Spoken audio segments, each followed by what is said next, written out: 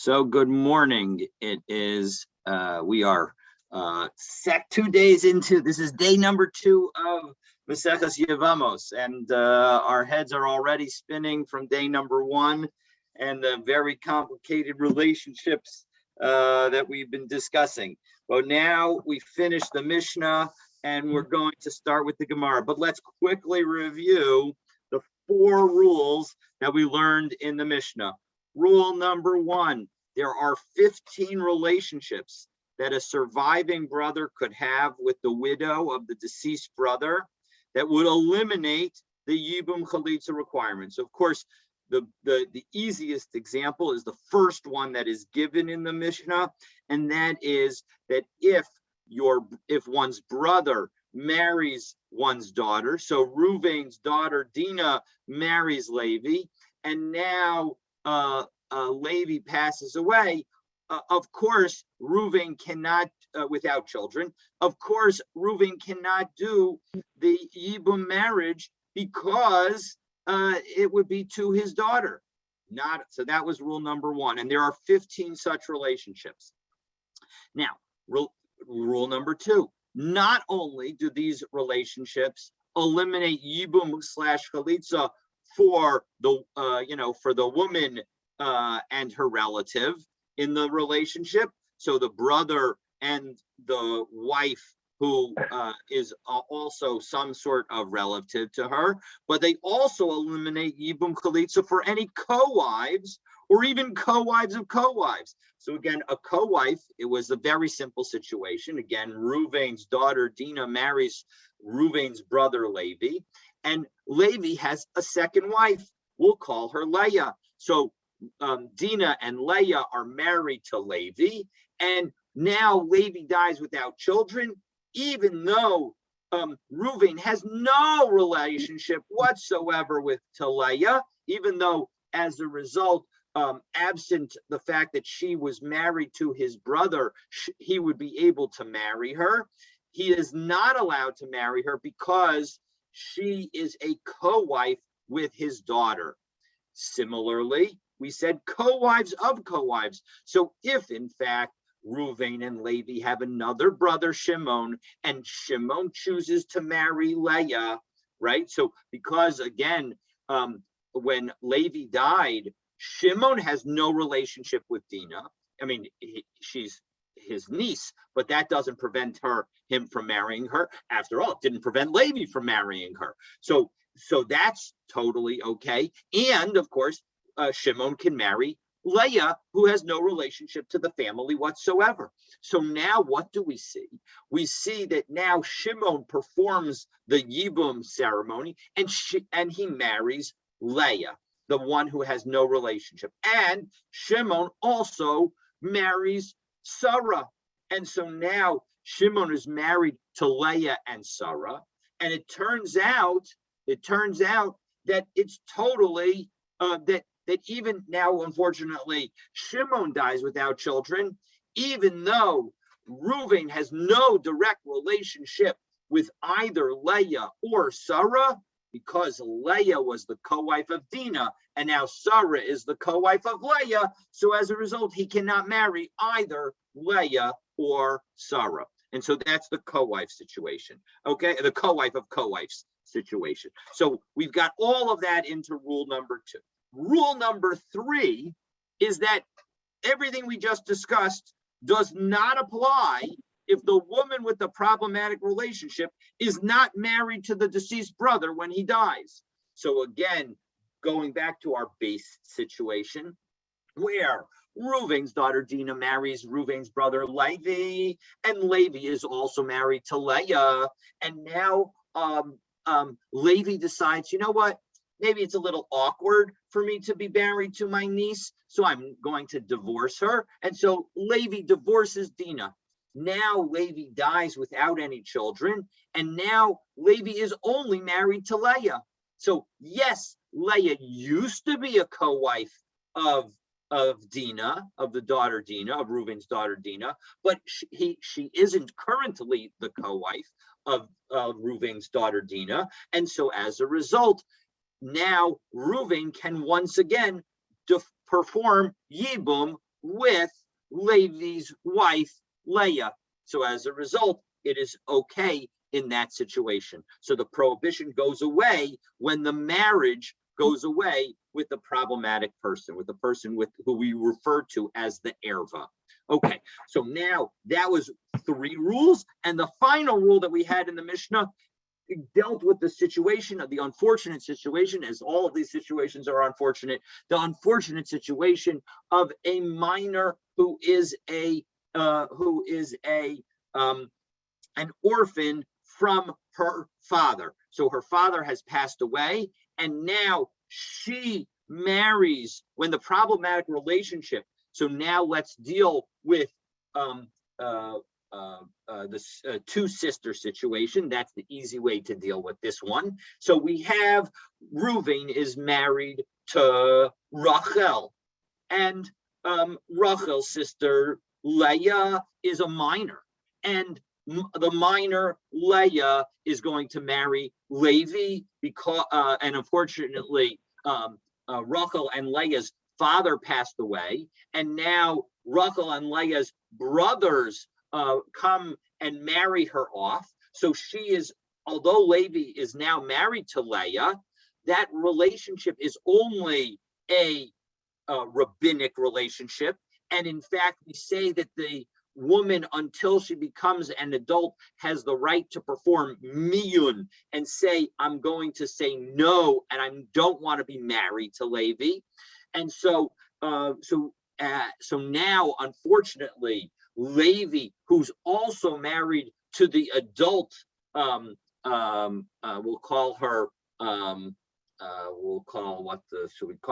we'll call her Bracha. So she's married to both Bracha and Leah. Leah is a minor, but Bracha is an adult. So because Leah is still a minor, and therefore she is still able to perform miyun, meaning that the marriage that she has to Levi is not definitive.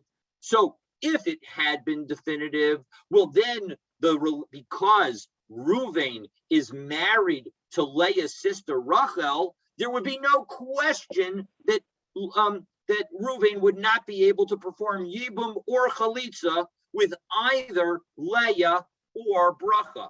However, now that Leah is still a minor, and the relationship between Leah and Levi is only rabbinic, so it's technically possible, or at least on a biblical level, the only wife that Levi has when he passes away without any children is Bracha.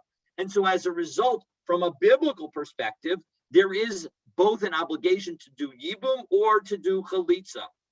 But because of the rabbinic relationship that Levi has with Leah, the minor, we're going to say that as a result, Reuven must perform chalitza. He is not allowed to perform yibum. And so that was the 4th of the 4 rules. So now we're going to begin our Gemara. So that's a very important and useful overview and review of what we saw in the Mishnah, because we will be dealing with these concepts on a regular basis.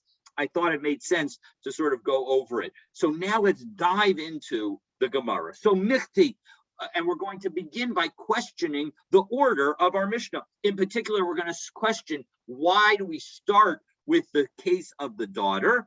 And then we'll try to explain how the rest of the order follows and makes sense. So Michti, the rule is that, and we'll see this at the end of today will be this particular teaching of how we learn the fact that all of the rules in our Mishnah, or at least the main 2 rules in our Mishnah, that they all are derived from the Torah's prohibition of a husband marrying his wife's sister. Okay, so because all of those prohibitions come from that, litni achot isha bereisha, we should start with that one. Why are we starting with the case of the daughter? And if you want to say, okay, well, the reason we started with the daughter is because the daughter is the most severe case. Well, first of all, we have to pause for a moment and note that there are 3 different kinds of punishments involved in the 15 relationships that we have in our Mishnah. Some of them are involve stoning. Some of them involve burning. That's where, so stoning is obvious. I think we all know what stoning would involve, but burning is where basically a hot lead is poured down somebody's throat to kill them. So that's very unpleasant. But usually in most Gemaras, we view stoning and burning are definitely the top 2. But some people say that stoning is most severe, and some people say that burning is most severe. Everybody agrees that those 2 are more severe than kares, which is the 3rd penalty. So those are the 3 penalties: stoning, burning, kares. 3 penalties. Kares meaning being cut off, but it's a mina shamayim penalty. It's only from heaven. No earthly court does anything. The person is just cut off from the Jewish people. And so now we have these 3 penalties, and maybe we'll say that the order is in severity, but of course the first one is daughter, and the penalty for daughter is burning. So therefore, the Rebbe Shimon the Amar Sreifa Chamura, it must be that our Mishnah, and so now we're going to propose answer number 1 that is based on the severity of the punishment, and that it must be according to Rebbe Shimon, because Rebbe Shimon is the one who says burning is the most severe of the penalties. Well, second, if that were true, we should teach the mother-in-law case earlier than we do. That we should teach that one first. We should teach the mother-in-law first, because we learn the applicability of burning to other cases from the case of a relationship with one's mother-in-law. The ode basar chamoso lisne kalaso. Well, 1 second. The other thing is that our Mishnah ended with the kalaso, with the daughter-in-law case. The Mishnah ended with the daughter-in-law case, but the daughter-in-law case is also a case of burning. So the basar sreifa skila chamura. I'm sorry. That the daughter-in-law case is stoning, and the daughter-in-law case is certainly more. And again, even if you say that burning is the most severe, certainly stoning is more severe than kares. So again, we've got 2 questions on this first approach, the first possible answer. One, again, the answer would be that we're basing our order based on severity of punishment, and burning is the first of the punishments because we're following Rabbi Shimon. But it doesn't make sense, because mother-in-law should be first, because that's how we learn burning to other cases. And second, daughter-in-law should not be last, because daughter-in-law is a case of stoning. All right. So Ella, so therefore we're going to, and again, Rashi notes here that the other categories are kares. So Ella bito kevan de asya midrasha chavivalei. Okay, so no, we're going to learn from daughter first, because the daughter case is a situation that we only learned derivatively. It is not from an explicit verse. And again, the daughter case that we're talking about, as we mentioned yesterday, is not a daughter from a wife. It's a daughter out of wedlock. That even a daughter out of wedlock. Now, daughter out of wedlock is the situation where we don't have an explicit verse that deals with it, but rather we derive it from other verses, and we will see that derivation shortly. So now, but we ask on that. 1 second. Kulo nami midrasho asu. Every one of the other than the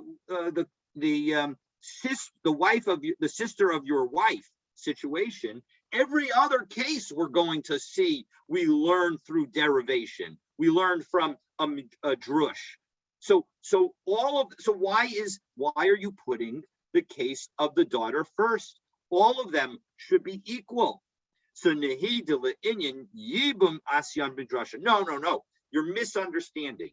It is true that 14 of the 15 are derived that we derive the law with respect to yibum from a drush and not explicit in the Torah. But Iker is surayu b'hanjiksifuhu. But for all the other ones, the actual prohibition of the relationship is written in the Torah.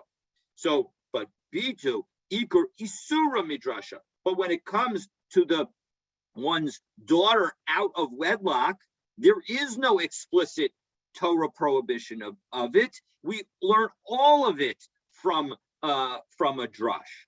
And what is the drush? To Amar Rava, Amar li Rav Yitzchak bar Avdimi. Rav Yitzchak bar Avdimi told me, Asya heina heina, Asya zima zima. So I'm going to go over these two Gzeirah very briefly. It's I've certainly use a lot more time than I'm going to give it, but there are two basic Gzeirah that together teach us that having intimate relations with one's daughter who was conceived out of wedlock is also something that is punishable by burning.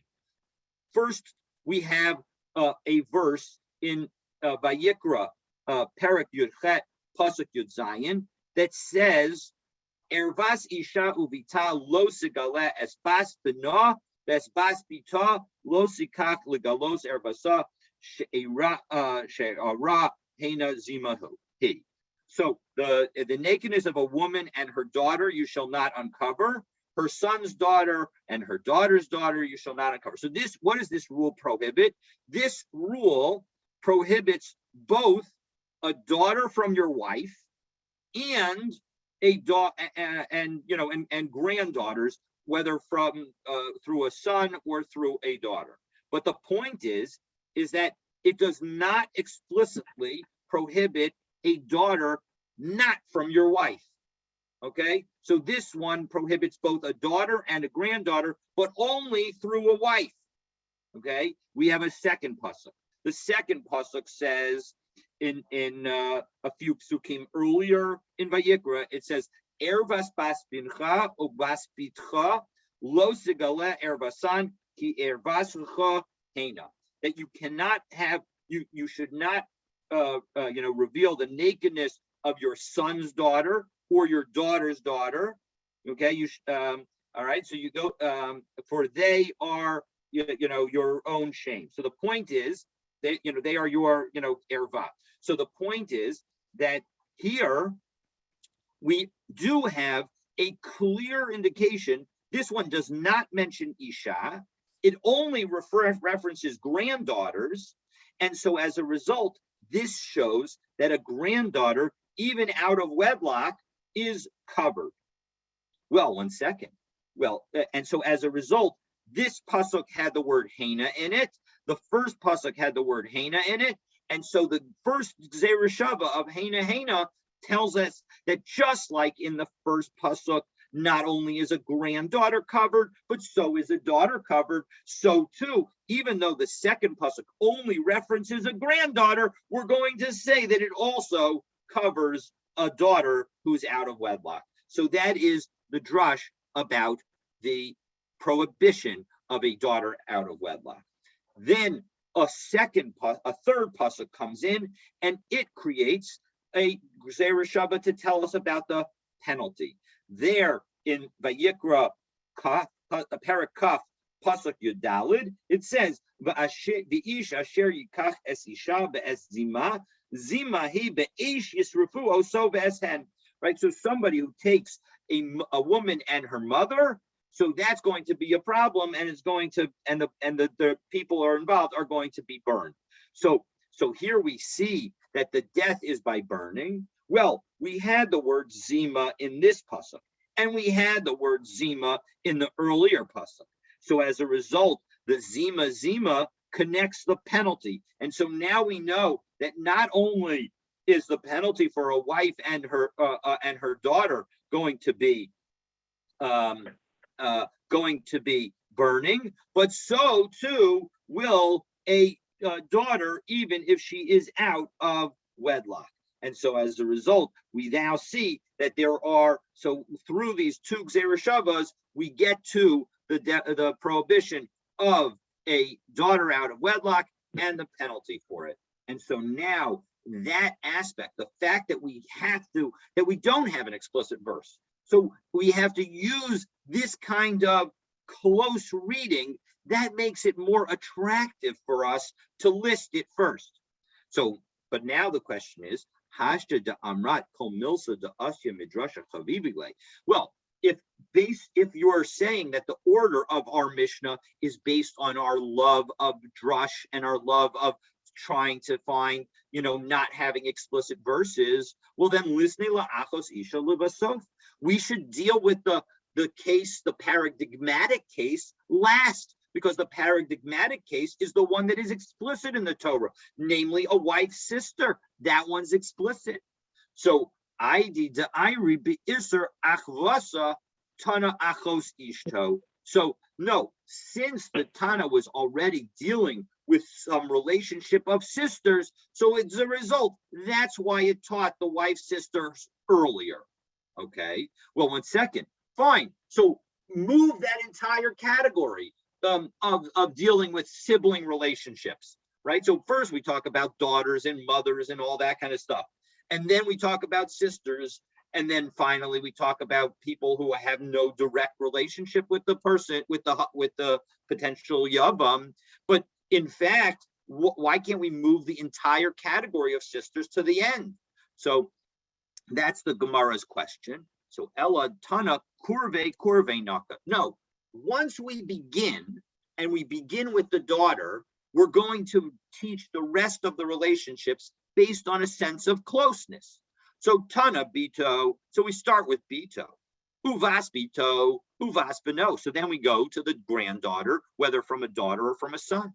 Dekrove Yatzmo, because those are very close relatives. Va'idi de Tana Shlosha Doros Lamata Dide, Tana Nami Shlosha Doros Lamata Dida. And so once we have 3 generations going down from him, so we'll also learn 3 generations going down from his wife. And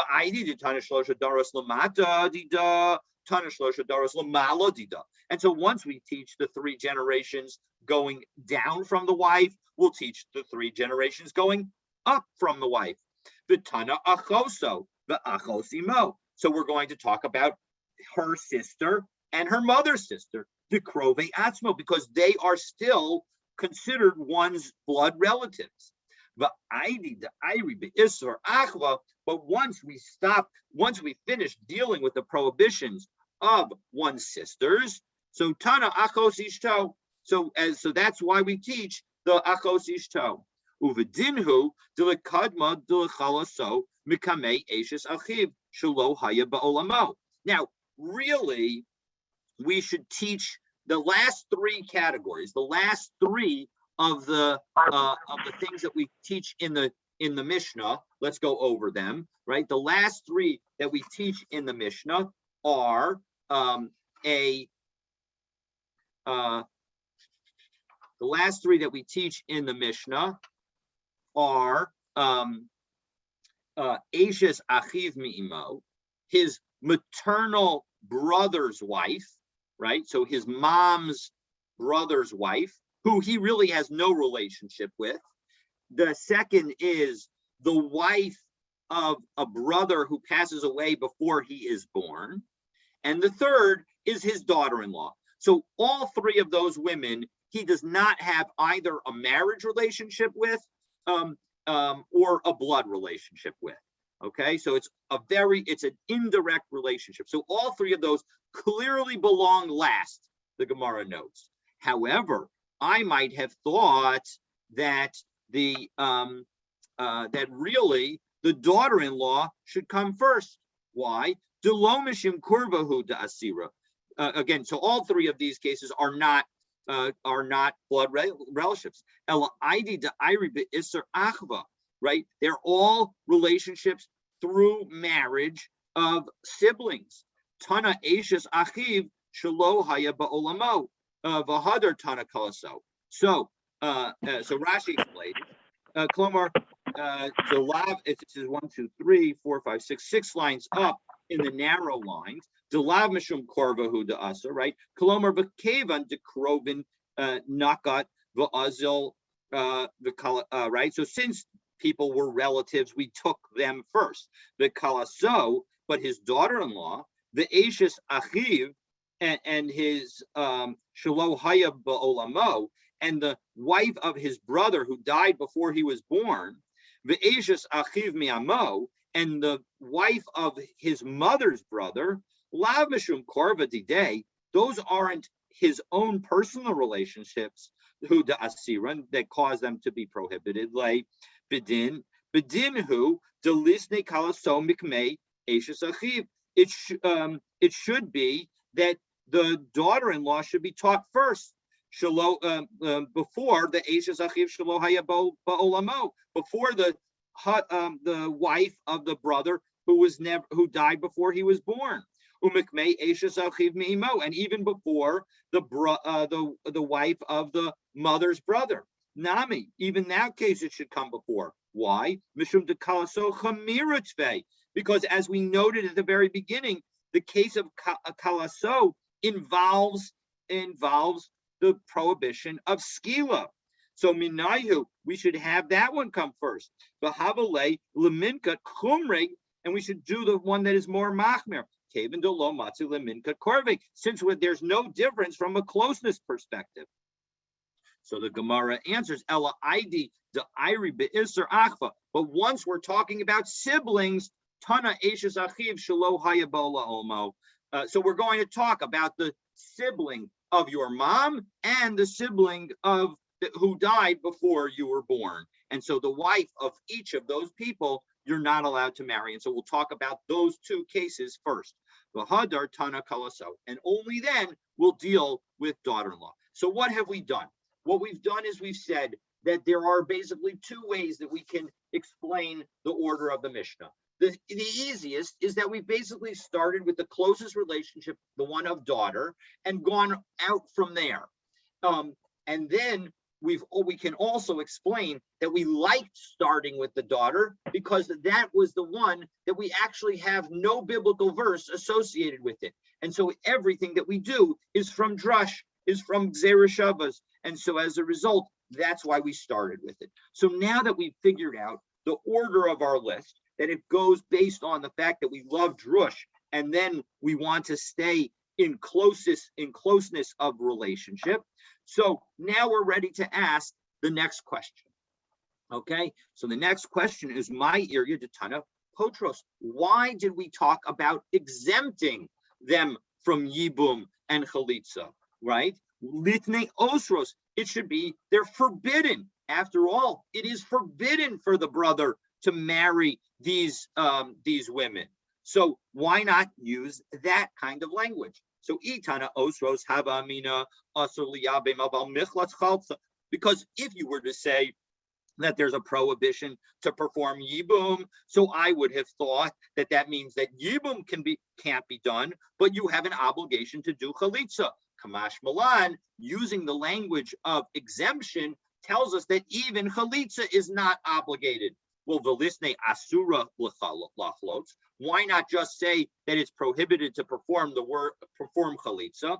Well, one second, my ka'avid, you're not, when you do chalitza, all you're doing is removing somebody's shoe. There isn't actually a biblical prohibition of doing the acts of chalitza with anybody, with a stam person on the street. You can do that. Unlike marital relations, that you can't do with the stam person on the street. So this really should be nothing wrong. But then the Gemara counters and says, Alama, lo, 1 second. Maybe, maybe chalitza really should be forbidden. Why? Im ata omer chaletzes misyabemes. Because if you say that if you see people performing chalitza on the street, so then you'll assume that anybody that they performed chalitza with, you could have taken in yibum. So we should say that you should also prohibit chalitza. Well, so the Gemara explains, Kavan de makom mitzvah hu de asira tzara the shalom makom mitzvah sharia. Because what we wanted to make clear is that if we use this language of Isser, then we would have thought that the prohibition of the co-wives isn't only in a case of Yibum, but even in a case outside of Yibum. And Mishum Haki Tani Potros. And so as a result, we learn Potros. So let's explain this answer just through examples. So in our class, so now, if in fact the point is that imagine you have Ruvain and David. They are not related at all. Okay, Ruvain and David have no relationship to begin with, but David marries Ruvain's daughter Dinah. In addition, David marries Elisheva. So now David's married to Dinah and Elisheva, and now, unfortunately, David dies without any children. And so now, now, if David had been Ruvain's brother, well, then Ruvain would not be allowed to marry and perform Yibum with either Elisheva or Dinah. However, we began by saying that that David and Ruvain were not related in any way. And so now, even though it might be a little strange if Ruvain were to now marry Elisheva, who used to be a co-wife with his daughter Dinah, it might be strange, but it's totally permitted.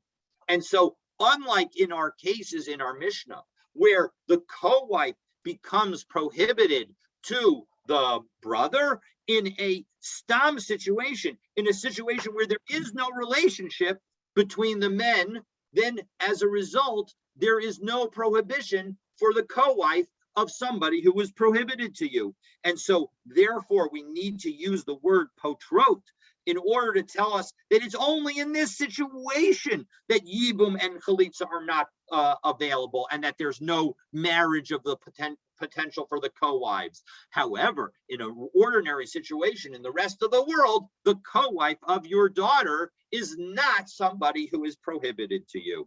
Okay, so next.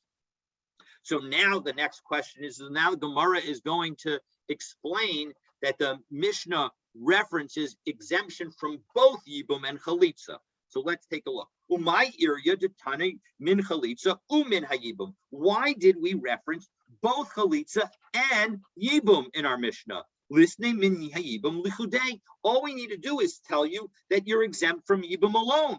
That should be sufficient. Well, itana min hayibum hava amina. If you would have just told me that the exemption applies to Yibum, I might have thought michlatz chaltza Yibume lo miyabme, that you have to do Chalitza even though you don't have to do Yibum. Kamash malan, that you don't have to do even Chalitza. So kol ha'ola liyibum ola l'chalitza. Only if you are capable of doing Yibum, then do you have to do Chalitza. V'kol she'ena ola liyibum ena ola l'chalitza. But if you're not subject, as a general rule, and we're not dealing with any kind of suffix situation, if you're the only time that you have the opportunity to do Chalitza is if you also have the opportunity to do Yibum. Well, one second. It was interesting that our Mishnah did it, the order was referencing Chalitza first and then Yibum. Shouldn't Yibum be the primary one? After all, Yibum is the method for the brother to fulfill the name of his brother, of his deceased brother. Isn't that a good thing? Don't we want that? So, inami mina Chalitza luchuda. Why not just tell us that it's Chalitza alone? So, just tell us about Chalitza and omit any reference to Yibum. So Abba Shalhi. So the answer is that our Mishnah follows Abba Shal. And what does Abba Shal say? The Amar mitzvahs Chalitza kodemes lemitzvah Yibum. That we want to mention both specifically because Abba Shal remarkably will say that Chalitza should come first. That Chalitza is actually better. And Rashi explains it, second to last line in the Rashi on Gimel Amud Aleph, but Perikacholitz that we'll learn in about 4 weeks, 5 weeks, and Lamed Tet Amud Bet. Abba Shaul Omer, what does Abba Shaul say? Hakonis Yivim To l'shem noi l'shem ishus. That if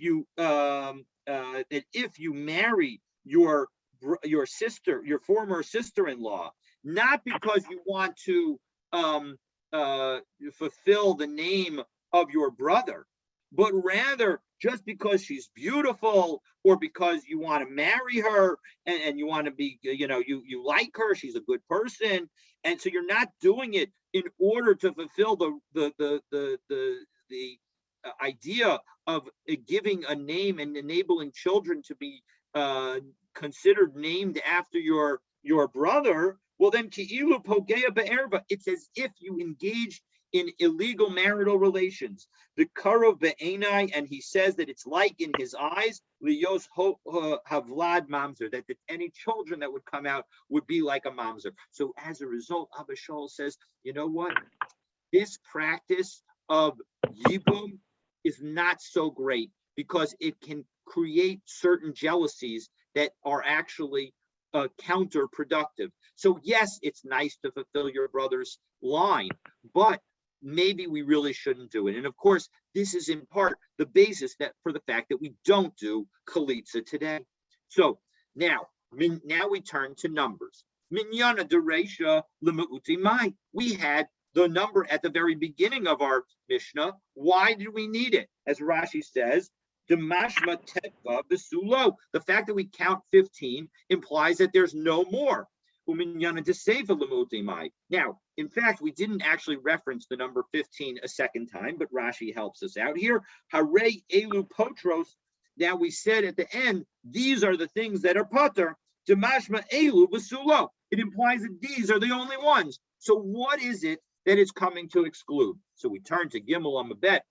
L'ma'ute derav uderav asi. It's coming to exclude the stories, the cases of Rav and Rav Asi. And Rashi explains that what are the cases of Rav and Rav Asi? We'll learn in about a week or so these cases, a little over a week. To Amar Rav, as top Rashi on Gimel Amabet, Saras Sota Asura, that the co-wife of somebody who has extramarital affair is prohibited. She'im zinsa ishto, that if a man's wife does znus and has marital relations outside with another man, the lo isha acheret, and that man has another wife, umate, and below banim, and now that man dies without children, with one of his wife being an unfaithful wife, shteim peturos, the other brothers do not have to engage in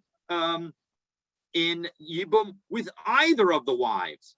The Rav Asi Amar Saras Ilanis Asura, that if a man chooses to marry an Ilanus, remember an Ilanus is a woman who does not develop and is incapable of having children. She'im haya nasai ilan Ilanus, the Isha Acheris, if you're married to both of these women, one who's an Ilanus and one another woman who mace below banim, and now the man dies without children. And both of them we're going to learn later in this parak on Daf Yud Aleph, Amud Aleph. Okay, so both of those cases. So that's what it comes to exclude. But what about, so now Rav Asi Lamute Mai. Well, 1 second. If you're Rav and Rav Asi, what are you saying that the number in our Mishnah comes to exclude? If we all say, anybody else can say that it's coming to exclude those two cases. And that's why we have the number at the beginning and a reference and an indirect reference to the number at the end. But what about everybody? What about Rav and Rav Asi themselves? So if they hold of each other's rulings, so now we need to come up with two cases.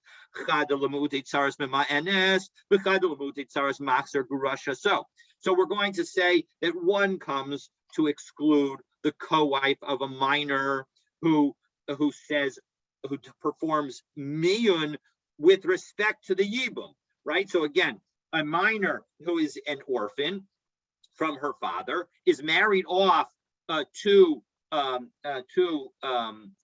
Levi, and so this minor now becomes is a co-wife with someone else, and so this minor who says, I will not marry this brother who wants to do yibum, she has the right to do that.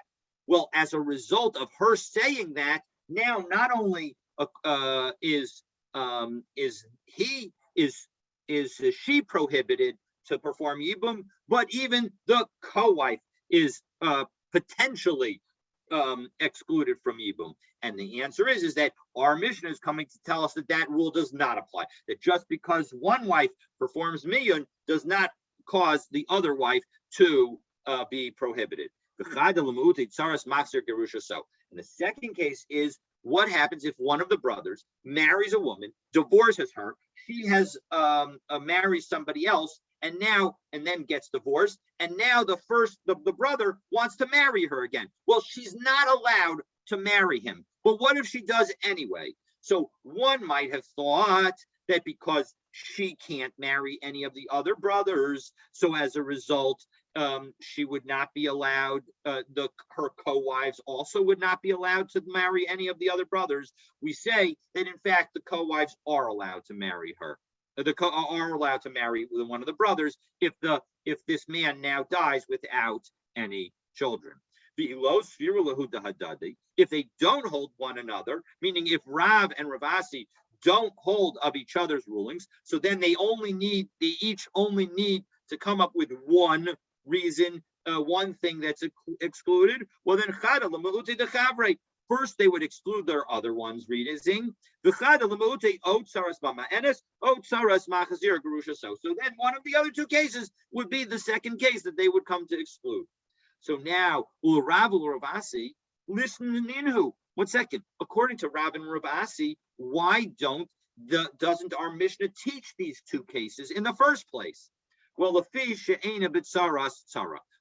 the answer is because in their cases, when we're talking about an adulteress, and we're talking about somebody who's an islandess, and we're talking about their co-wives, well, an adulteress has no direct connection to one brother more than any other brother. And so as a result, the adulteress is not, is prohibited to all the brothers. And so as a result, because the co-wife of an adulteress or the co-wife of an islandess is prohibited to all the brothers, there's no possibility of having a co-wife of a co-wife. Because again, when do we have a co-wife of a co-wife situation? It's where Reuven's daughter Dinah marries Levi. Levi is married also to Leah. Levi dies without any children. And so now Levi's wife Leah is prohibited to Reuven, but she's not prohibited to all the other brothers.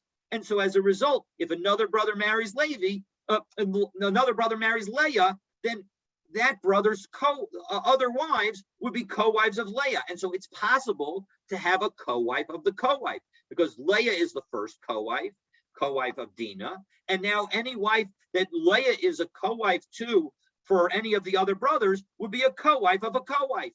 But when it comes to an adulteress, where according to Rav, the co-wives of the adulteress, they are not able to marry any of the brothers. So as a result, there's no possibility to have a co-wife of a co-wife. And so as a result, that's why we didn't list it in our Mishnah. So, okay, so now we finally get to our last piece. And this is the piece that I referenced at the very beginning. Because what did we say at the very beginning? We said at the very beginning that every rule in our Mishnah about co-wives is derived from the case of a man being prohibited to marry two sisters. So let's take a look inside. How do we know where these rules are divided? How do we know all this stuff that we said in our Mishnah? And Rashi says it nicely in the middle of the narrow lines of Rashi on Daf Gimel and Bet. Minahani Mili the erva b'tzarasa, that an erva, one of the 15 relationships, and sarasa and her co-wife, the tsarasa and the co-wives of co-wives, la'olam patoros, that all of them, as you go on, they're all pater from yibum and chalitza. How do we know that? So now let's take a look. The Tana Rabbanim, because we learned in a brisa, Isha el achosa lo sichach letzur legalos ervasa aleha b'chayeha. Right? You cannot marry two sisters. You can't marry, in addition to a woman, her sister. And as a result, because you will make them rivals. Sarah, that there will be tzror for each other, and that will uncover her nakedness upon her in her lifetime. So the point is that you cannot have two sisters as your wife at the same time. That is why there are a variety of explanations for how was it possible for Yaakov to marry both Rachel and Leah. And of course, the one answer is that the mitzvah hadn't been given yet. The other possible answer is that it was outside the land of Israel. The third possible answer is that you shouldn't have done it, and that's why maybe Rachel died when they went into the land of Israel. All right. Anyway, the point is that we see here a clear prohibition. But now, how do we get from this prohibition the prohibition about one, that we don't do yibum that would enable this kind of situation to happen, and second, how do we go to all other cases? So aleha ma Talmud lomer. The word aleha, right? We said isha elachosa lo sikach l'tzor legalos ervasa aleha b'chayeha. We didn't need that word, right? It could have just said lo sikach l'tzor legalos ervasa b'chayeha, that you shouldn't take it during her lifetime. You didn't need upon her in her lifetime. What is the upon her? So Lafish and Amar Yevamot Yavo aleha, because that same word is also used in connection with Yibum, and so as a result, because that word is used with Yibum, Shomeya ani afilu ba'achas mikol arayos ha'muros b'Torah ha'kosov medaber. That the fact is that I might have thought that when you do Yibum, that it could, because it is overriding one of the violations in the Torah, namely the violation to marry your brother's wife, and that is a prohibition in the Torah, and yet we allow it in order to be boom. And so maybe I would say that it eliminates that for everything. So Nemar Khan Aleha. So as a result, it says Aleha v'Nemar lahalan Aleha ma lahalan b'makom mitzvah. So as a result, in both cases, the verse is prohibiting intimacy with a wife's sister. So as a result, it's talking about even this in the situation where there's the mitzvah of yibum. So even in that situation, we still will apply the prohibition. But Amar Rachmana lo sikach, and the Torah says, even in that situation, when there's a mitzvah, even though there's a mitzvah to do yibum, if the person that you're going to be taking is your wife's sister, then it is gone. No prohibition of yibum, no requirement to do yibum in that situation. Okay, ve'em li'elahi. All right, I understand. You can't do yibum in a situation where that would result in you marrying two sisters. But so rasa minayin, how do I know that there's a prohibition to also marry the sister's co-wife? So Talmud Lomar litzror, right? The point is that teaches that you don't want even the tzara, you don't want even the co-wife of the person. The ainli ela tzarasa. Well, 1 second. That only tells us that the wife's sister's co-wife is prohibited. How about the whole tzarasa minayin? How about the co-wife of the co-wife, etc.? So Talmud Lomar litzror below litzor. The point is that the pasuk could have just said latzor. That would have told us just one co-wife. But the fact that it doubles up the resh tells us that it goes on, that it's more than just one co-wife. And so as a result, the Gemara takes away from it that it's the co-wife of the co-wife, and so on ad infinitum. So ve'em li'ela achos isha. Okay, so now we know that if Levi marries Reuven's wife's sister, that if Levi dies without any children, Reuven can't perform yibum to the sister. In addition, Reuven can't perform yibum to any of the sister's co-wives. And in addition, Reuven can't perform yibum to any of the sister's co-wives of co-wives, meaning that if the sister's co-wife goes and marries one of the other brothers, and now that brother also dies without children, that co-wives also are all prohibited to Reuven.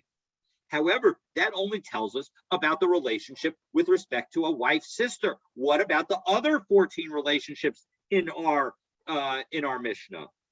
So ve'en li'ela achos isha shara rayas minayin.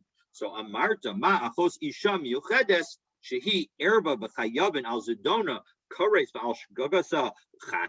that when it comes to this wife, she's an erva and one's liable for kares if you have relations with her, and you're liable for chatas if you do it without realizing it. But asura liyavam, meaning you didn't realize that it was your sister, your wife's sister. I mean, obviously you realize that you had relations, but you didn't realize who it was with. But asura liyavam, and you're forbidden to perform yibum. Av kol shehi erva v'chayavin al zedona kares ba'al shigusay chatas.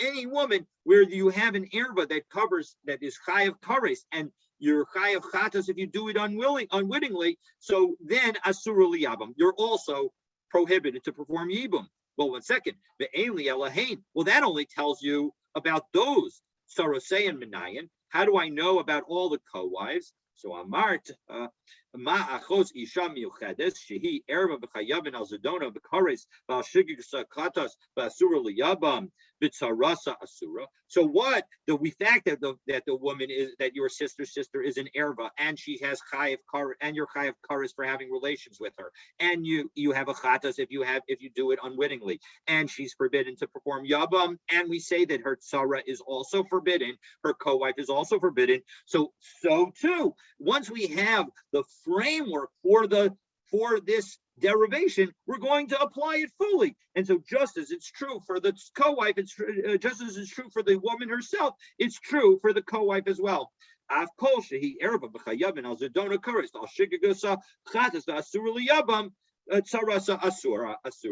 just as so too, any other woman whose erva is somebody that you're chayav, something that you're chayav kares for, and you're chayav chatas if you do it unwittingly, and you are forbidden to perform yibum with her, well, so too, all of her co-wives will also be forbidden. We can't amru chachamim chamesh esrei nashim potros v'tzaroseim v'tzarot tzaroseim min hachalitza umin hayibum ad sof haolam. And so based on this, that's why the rabbi said there are 15 categories of women who cause their co-wives and the co-wives of their co-wives to all be exempt from chalitza and from yibum ad infinitum. So yachol shani mirabe af sheish arayos chamurus me'elu. Well, 1 second. There are 6 additional relationships. So I'm not going to go through all of them. We'll eventually get to them. But for example, the mother of one of the surviving brothers, if she were somehow married to a brother that was now deceased without any children, so she is prohibited to all the brothers. So why don't we learn about them and their co-wives as well? So but so their co-wives should also be prohibited. So Amarta, we have to say so just as what makes a wife's sister unique. Shehi erva b'chayavin al zedona kares val shigasa chatas. It's because she's an erva and liable for kares and a chatas if you do it unwittingly. The efshar linasei la'achem v'asur liyavam. But she is permitted to be married to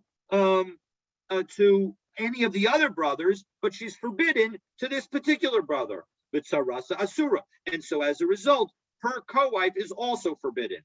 Af kol shehi erva b'chayavin al zedona kares v'al shigusag chatas ve'efshar linos la'achem v'asur liyabam tzarasa asura. So the key is that in order for a co-wife to be forbidden, it has to be a personal relationship. It has to be a relationship that only involves one of the brothers. If it involves more than one of the brothers, then it doesn't necessarily apply to co-wives. So Yatsu Sheisha Rayas Chamuras Me'elu. So the 6 that are more stringent than the 15 that we talked about. So again, we're talking about like a mother, a sister, etc. So Hoel de Efshar Nase La'achem Sarasayan Mitaros, because they are not able to marry any of the brothers, right? So as a result, their co-wives are permitted. She'ein Sarah Elama'ach, that there's no co-wife of an erva except when the erva is specifically based on a relation with a particular brother. So as Hara Shamanu, So onish minayin. So now we back up and say, okay, you've told us how come all of these things are prohibited. But what about a penalty? How do I know that there's a penalty? Because in the Torah, we have a general principle that in order for something to be prohibited and penalized, you need to have two verses, one to engage to create the prohibition and one to create the penalty. And with this, we'll close. So Amar Kra, the pasuk says, Kikol asher ya'asem mikol hatoevos, that anybody who does any of these things, that person will be cut off. So the point is that because it says it's got plural, so as a result, all of these, it's coming to include every single one of our cases. And so including in all of those cases is also the prohibition against performing yibum with any of these specific 15 cases, or their co-wives or the co-wives of their co-wives. So now that we've determined what the basis is for the prohibition, and so we're going to stay tuned tomorrow, because we're going to ask the very important question of why don't we allow the person to perform yibum? After all, yibum is a positive commandment, and usually we say that a positive commandment overrides a negative commandment. So we have a negative commandment about not having these various personal relationships, marital relationships, but we have also a principle that a positive commandment overrides a negative commandment. So why don't we say that in all of these cases? Stay tuned for that tomorrow.